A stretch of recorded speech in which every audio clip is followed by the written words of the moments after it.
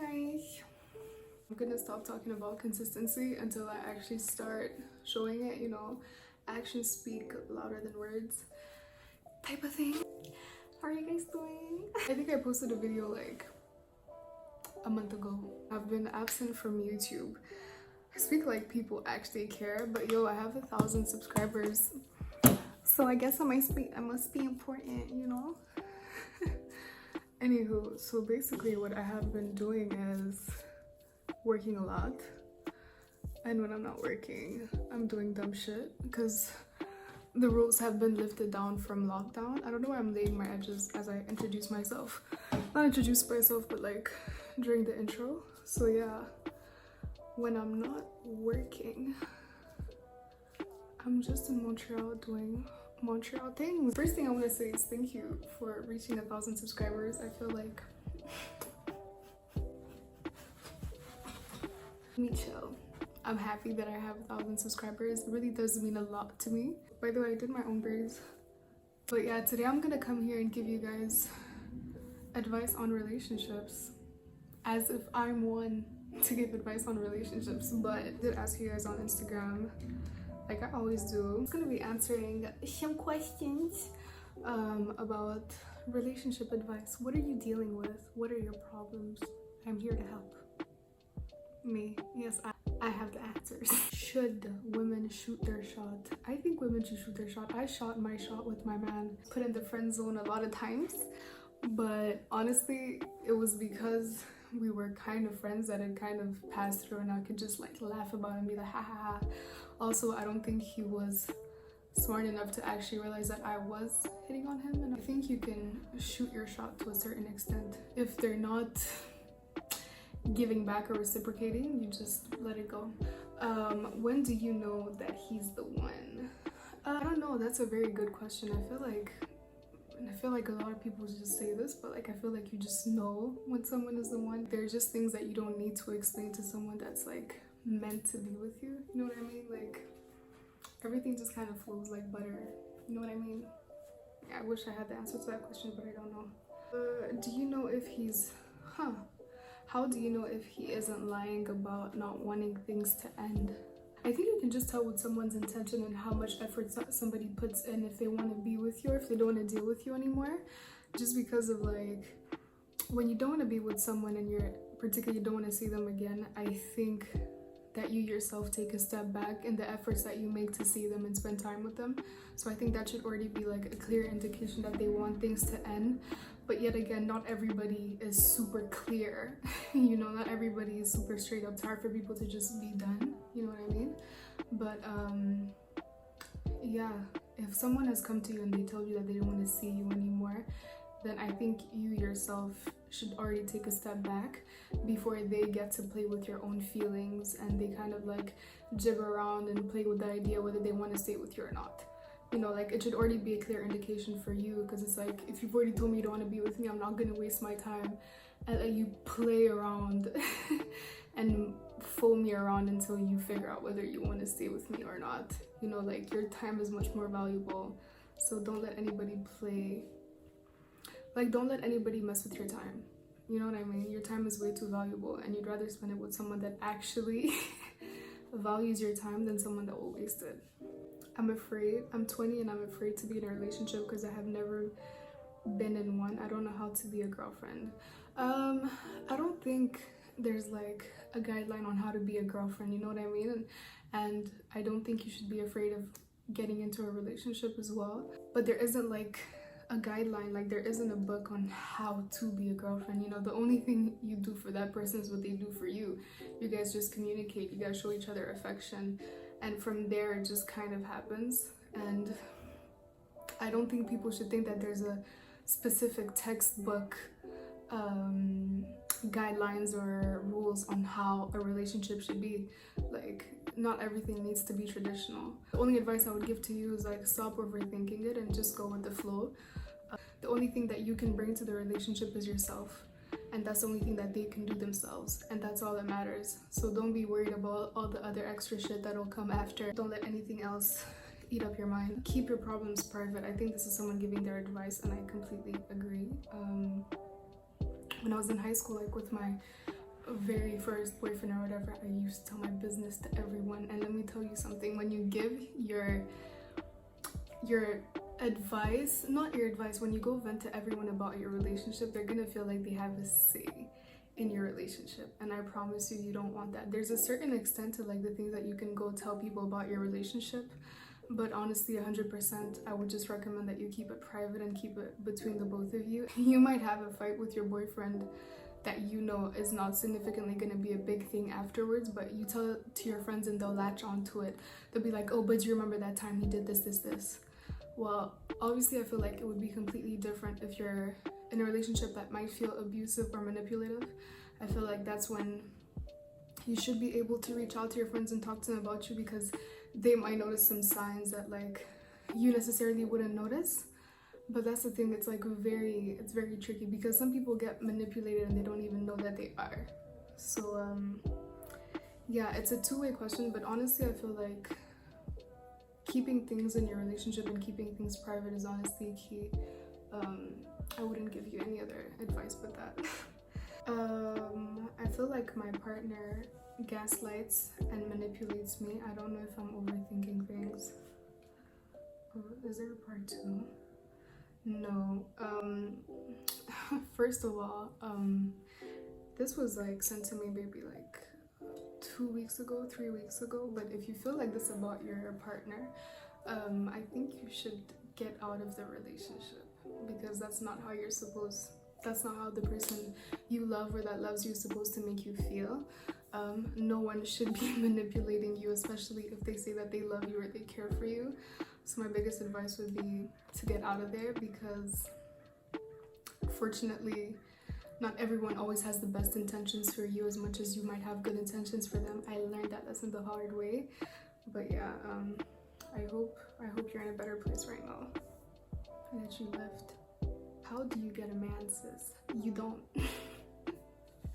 I don't know how anybody gets a man, to be honest. I don't feel like anybody needs one to, like, it'll just come to you. Like, I have friends that are always actively trying to date and get in relationships and like find partners, but like I always tell everyone, if you're looking for love, you're never gonna find it. A relationship is gonna find you when you're least expecting it.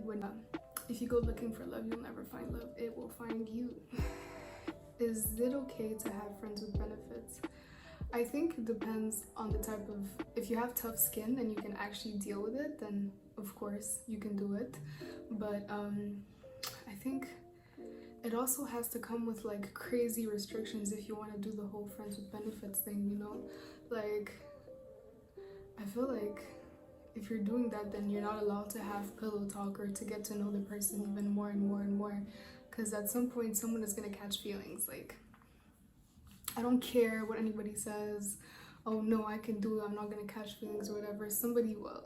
So don't do it. Laying in bed with someone is not something you should take lightly, you know? It's like, it's not something you should just play around with, you know? I know you need to, you know, get a little 1-2 off, you want to relax, you want to get intimate, you want to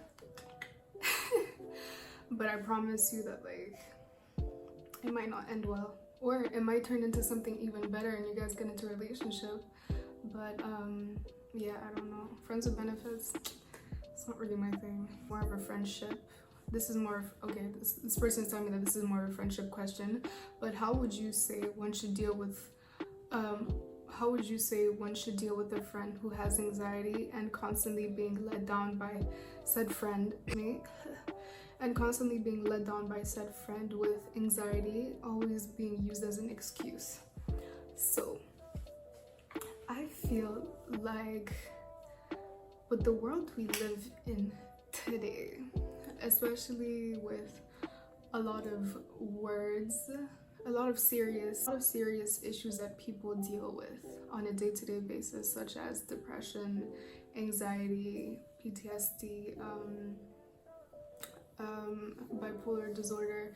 A lot of these things get thrown around very lightly nowadays. So I feel like the one thing that I don't agree with is people that try to use that as a way to make excuses for themselves. I'm not saying that her friend, by the way, is making excuses about having anxiety. I'm just saying this is like a personal thing that for me I don't like. I don't like people that use their mental illnesses as a way to excuse their behaviors, especially when it's a constant thing and they start becoming toxic towards you, because unfortunately you can only support someone to a certain extent, you know, because in the end you somehow keep getting hurt as well, because it doesn't just harm them, it harms you too.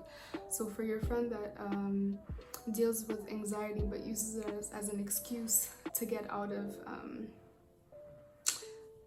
situations or to let you down, I think you should seriously have a conversation with them and tell them that it's not okay for them to put you in such situations, because letting down someone, especially your friends, I feel like hurts a lot, because friends are family, you know.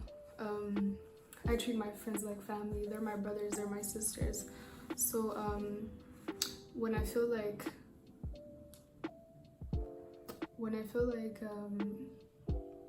I'm being constantly let down and I'm actively trying to help you or trying to be there for you, there's only so much that someone can take in, you know what I mean?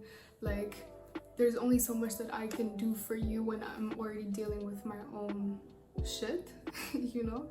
So I think you should try and have your friend and sit them down and talk to them, because I also feel like communication is key, whether it comes to friendships. Like, don't let things slide, don't let things build up, because that might come, or it might result into your friendship ending. So I would definitely recommend that you have a sit with your friend and talk to them about how you feel and how you guys can both actively work towards it, you know. If they acknowledge it, that's already a first step, and then from there I think you can kind of see whether you want to keep dealing with it or if you want to just take your distances until they get to figure out how to deal with their own issues. So yeah, how do you feel about situationships? I don't know. See, these types of things, I don't like dealing with them, and I don't necessarily agree with them, just because I feel like you know that you and this person are feeling each other. You know that it might necessarily lead to something, but you guys just keep playing around with each other, and I'm not really here for the games, especially when it comes to like feelings and emotions. I can't say that I have been the best person when it comes to these types of things, but you should always acknowledge someone's feelings. Situationships, and this person also asked me what's the difference between a situationship versus the talking stage. I don't feel like there's much of a difference, because I feel like even a situationship and a talking stage, you guys are still getting to know each other. All ultimately leads up to the question of, do we want to be in a relationship or not? Do we want to make this a serious thing or not? And during both of those stages, you might get intimate with each other, you get to know each other, you get to build connections and stuff. So I don't feel like there's much of a difference. I feel like a situationship is just two people that are trying to use the excuse of not trying to commit, you know? And that might work for some people, but yeah, I just keep getting more and more cut off. So I think I'm just gonna leave that question where it's at. Okay, so the next question is, been talking for 6 months, haven't met yet. We met online and I'm scared he won't like me in person. First of all, I feel like unless you're catfishing the person and you're not actually showing what you look like in real life, then I would understand where that fear is coming from. But like, if you are both yourselves and both showcase the way you guys are, then I think you should be fine. Talking to someone for 6 months is a long time for you not to have some type of attachment, and honestly, attraction just doesn't come off of looks. I mean, yes, it does partake in it, but I feel like you have to also be interested in the person for it to just keep going, you know what I mean? So I don't think you should worry about that. I'm sure you guys both have amazing personalities and you must be very beautiful, so don't worry about it, you got it. But if you're catfishing, then please don't. Do you have any advice for someone who's not sure if they've ever met the one? No, because I don't feel like you should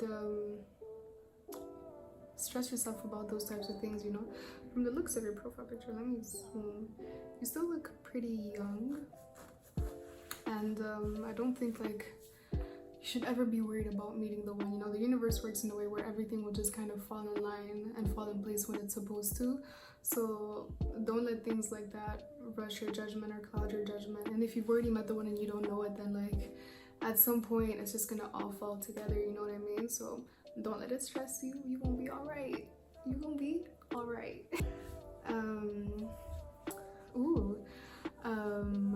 I like two guys. They're very different, but I'm drawn to both. I don't know who to choose. That's interesting. I keep getting interrupted in this video, and the sun is going down, so I'm gonna make this quick. So the question was, I like two different guys, and I'm drawn to both of them. I don't know who to choose. First of all, that's a very sticky situation to be in. First, I think you should think about the person that you would want to be in, that you'd want to be with in the long run, and see how that can go. But also I feel like you either need to make a choice or both let them go, because it's kind of inconsiderate to play with two people at the same time, unless they both know about what's going on. But I think just think about like who you'd want to be with in the long run, and who feels more like, who do you talk to and everything just feels more effortless. Like, who is it just much more easier to flow with, to get along with, to deal with, and then go from there. I'm 19 and I don't have much dating experience. It makes me insecure. What do I do? First of all, when it comes to like dealing with insecurities, and I still deal with mine a lot. I think a lot of people still deal with their own insecurities and things that don't necessarily make you feel 100% confident. The only advice that I've given to myself and that I give to everyone that kind of struggles with that type of thing is fake it until you make it. Fake your confidence, fake your self-love, fake the fact that you don't have any insecurities, because let me tell you something, you're gonna lie to yourself to the point where you're gonna start believing yourself, and then you'll love yourself. I know it sounds so crazy, but I did it and it kind of works. But as to being 19 and you don't have much dating experience, I feel like I said kind of the same thing for the girl that was 20 and is still is scared about being a girlfriend and doesn't know exactly what she'll do in this situation. It's just like, go with the flow and just don't overthink everything too much, you know? When you overthink something, you can ruin it before it even starts. You know, obviously dating is not something that's like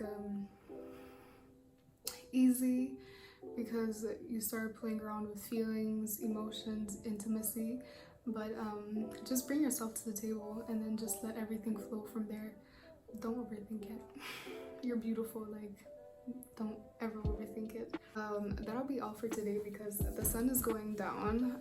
I'd love to do more videos like this if you guys are interested in my shitty advice. Also, take my advice or don't, but don't blame anything on me, because if anything bad happens, I don't want to take the blame. Thank you guys for watching. I promise I'm gonna try to be more consistent. Actually, I'm gonna stop talking about consistency before. I'm gonna stop talking and let my actions do the talking. Anywho, thank you guys for watching my YouTube video. Please share and subscribe, because you know what? Now we're at 1K. Next goal, 1 million. Okay, I'm exaggerating. Let's get to 2K. Nickel 1, 2. Tell your friends to subscribe. Tell me what more you guys would like to see in my videos, and sayonara. Vidi me say. Ciao. Muraho. Bye.